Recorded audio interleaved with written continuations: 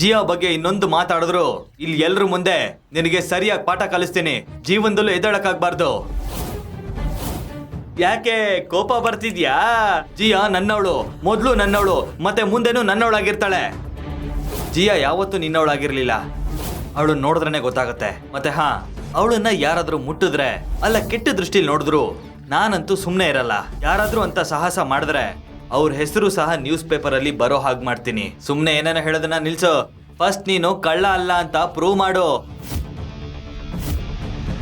ನಿನಗೆ ಗೊತ್ತೇ ಇರ್ಲಿಲ್ಲ ಅನ್ಸುತ್ತೆ ಇವನೊಬ್ಬ ಕಳ್ಳ ಅಂತ. ಈಗ ನಿನಗೆ ನಾಚಿಕೆ ಆಗ್ತಾ ಇದೆ ಅಲ್ವಾ?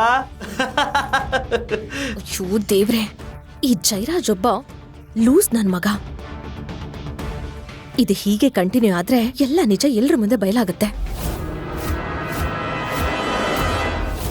ನಿನ್ನ ನೋಡಿದ್ರೆ ಅಯ್ಯೋ ಪಾಪ ಅನ್ಸುತ್ತೆ.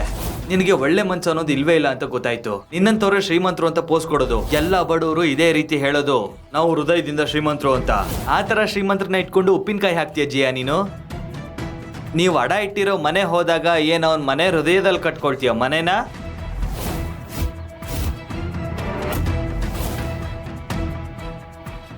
ಹೇಳು, ಯಾಕೆ ಸುಮ್ಮನೆ ನಿಂತಿದ್ಯಾ? ನೀನು ಅಲ್ಲೋಗಿ ವಾಸ ಮಾಡ್ತೀಯಾ?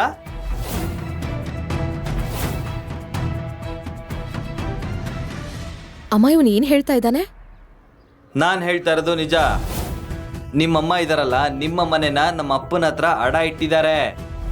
ಮತ್ತೆ ಅದ್ರ ಬದಲಾಗಿ ನಾನ್ ನಿನ್ನ ಮದುವೆ ಆಗ್ಬೋದು ಅಂತ ಕೂಡ ಹೇಳಿದ್ದಾರೆ. ಹೌದು, ಅದು ಏನಾಗಿತ್ತು ಅಂದ್ರೆ ನೀನು ಓದೋವಾಗ್ಲೇ ಈ ಮನೆ ಅಡ ಇಡಬೇಕಾಯ್ತು. ಯಾಕಂದ್ರೆ ನಿಮ್ಮ ಅಪ್ಪನಿಗೆ ಹಾಸ್ಪಿಟಲ್ ತೋರ್ಸಕ್ಕೆ ನಮ್ಮ ಹತ್ರ ಹಣ ಇರ್ಲಿಲ್ಲ. ಅದಕ್ಕೆ ನಾನು ಜಯರಾಜ್ ಅಪ್ಪನ್ಗೆ ನೀನು ಇವನನ್ನ ಮದ್ವೆ ಆಗ್ತೀಯ ಅಂತ ಮಾತು ಕೊಟ್ಟಿದ್ದೆ. ಅಮ್ಮ ನೀನ್ ಯಾಕೆ ಹೀಗ್ ಮಾಡ್ದೆ? ಇದ್ರ ಬಗ್ಗೆ ನನ್ನ ಹತ್ರ ಒಂದ್ಸಲನಾದ್ರೂ ಹೇಳ್ಬೇಕಾಗಿತ್ತಲ್ವಾ? ಅಮ್ಮ, ನೀವೇನು ಚಿಂತೆ ಮಾಡಬೇಡಿ. ನೀವು ಕೊಡ್ಬೇಕಾಗಿರೋ ಸಾಲನ ಬಡ್ಡಿ ಸಮೇತ ಇವ್ರಿಗೆ ವಾಪಸ್ ಕೊಡ್ತೀನಿ. ಬೇಡ ಬೇಡ, ನನಗೆ ನೀನು ಕದ್ದಿರೋ ಹಣ ಬೇಡಪ್ಪ. ಸುಮ್ನೆ ಇರಮ್ಮ. ನೋಡು ಇಶಾನ್, ಥ್ಯಾಂಕ್ ಯು. ನೀನ್ ಈಗಾಗ್ಲೇ ನನಗೆ ತುಂಬಾ ಸಹಾಯ ಮಾಡಿದ್ಯಾ. ಇದು ನಮ್ಮ ಮನೆ ಸಮಸ್ಯೆ. ಇದನ್ನ ನಾವೇ ಸರಿ ಮಾಡ್ಕೋತೀವಿ. ಮತ್ತೆ ಭಯ ಪಡ್ಬೇಡ, ನಾನ್ ನಿನ್ನ ಹಣನ ವಾಪಸ್ ಕೊಟ್ಬಿಡ್ತೀನಿ. ಹಲೋ ಶರ್ಲಿ, ನಾನು ಆರ್ಡರ್ ಮಾಡಿದ ಗಿಫ್ಟ್ಗಳೆಲ್ಲ ಎಲ್ಲಿದೆ? ಅಯ್ಯೋ, ಯಾವ ಗಿಫ್ಟು? ನೀನು ಬಂದು ರಿಕ್ಷಾದಲ್ಲೇನೆ ಹೋಗು ವಾಪಸ್ಸು. ಅದು ಕಳ್ಳ ದಾರಿಲಿ. ಮತ್ ಇನ್ನೊಂದು ವಿಷಯ, ಫ್ಯಾಕ್ಟ್ರಿಯಲ್ಲಿರೋ ಎಲ್ಲ ಕಲರ್ ಕಾರ್ಸ್ನು ಇಲ್ಲಿ ಕಳಿಸು. ಓಕೆ.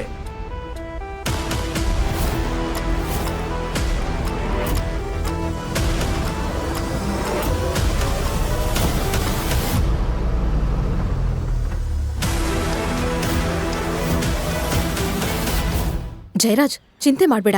ರಾಜೀವ್ ಮತ್ತೆ ಮಿಂಟಿ ಬಂದ್ರು ಅನ್ಸತ್ತೆ.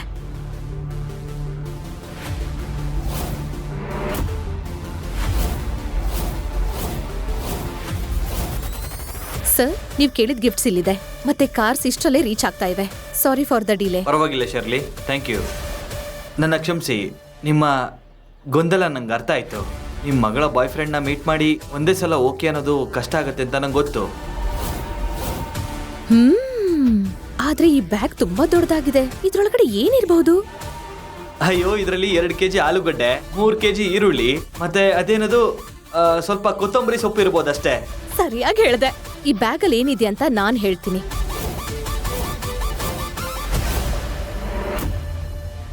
ಈ ಬ್ಯಾಗ್ ಅಲ್ಲಿ 90 ಲಕ್ಷ ಬೆಲೆ ಬಾಳೋ ಕಾರು, 2 ಕೋಟಿ ಬೆಲೆ ಬಾಳೋ ಮನೆ ಡಾಕ್ಯುಮೆಂಟ್ಸ್ ಇದೆ. ಏನು ಏನು? ಇದು ನಿಜನಾ? ನೀವೇ ನೋಡಿ. ನೀನ್ ಏನ್ ಮಾಡ್ತಾ ಇದೀಯಾ? ನನ್ನಮ್ಮ ಎಲ್ರ ಮುಂದೆ ಮುಜುಗರಕ್ಕೊಳಗಾಗ್ತಾರೆ. ನಾನು ತುಂಬಾ ಸಮಯದಿಂದ ನಿನಗೆ ಇದನ್ನೇ ಹೇಳೋದಕ್ಕೆ ಪ್ರಯತ್ನ ಪಡ್ತಾ ಇದ್ದೀನಿ. ಹೇಗೆ? ಆದ್ರೆ ಅಲ್ಲ ಜಿಯಾ, ನೀನು ಜಿಯಾ, ನಾನು ಎಲ್ಲ ಕೆಲಸನೂ ಬಿಟ್ಟು ನಿನಗೋಸ್ಕರ ಇಲ್ಲಿಗೆ ಬಂದಿದ್ದೀನಿ. ನಾನು ಯಾವತ್ತೂ ನಿನಗೆ ಅವಮಾನ ಆಗಕ್ ಬಿಡಲ್ಲ. ಅಯ್ಯೋ, ಬೇಗ ಬೇಗ ಬ್ಯಾಗ್ ತೆಗೀರಿ. ಈ ಕಳ್ಳನ್ ಪಾರಿವಾಳಗಳು ಹಾರಿ ಆಚೆಗಡೆ ಬರ್ಲಿ. ಹಾ ಹೌದು, ನಾವು ನೋಡ್ತೀವಿ ಇವನು ಶ್ರೀಮಂತನ ಅಥವಾ ಭಿಕ್ಷುಕನ ಅಂತ. ತೆಗಿ. ನೋಡಿ, ಕಾರು ಮತ್ತೆ ಮನೆ ದಾಖಲೆಗಳು ಎಲ್ಲ ನಿಮ್ಮ ಹೆಸರಲ್ಲಿದೆ. ಹಾ, ನನ್ನ ಹೆಸರಲ್ಲ? ಎಲ್ಲಿ ನೋಡ್ತೀನಿ? ನನ್ನ ಹೆಸರಲ್ಲಿದೆಯಾ?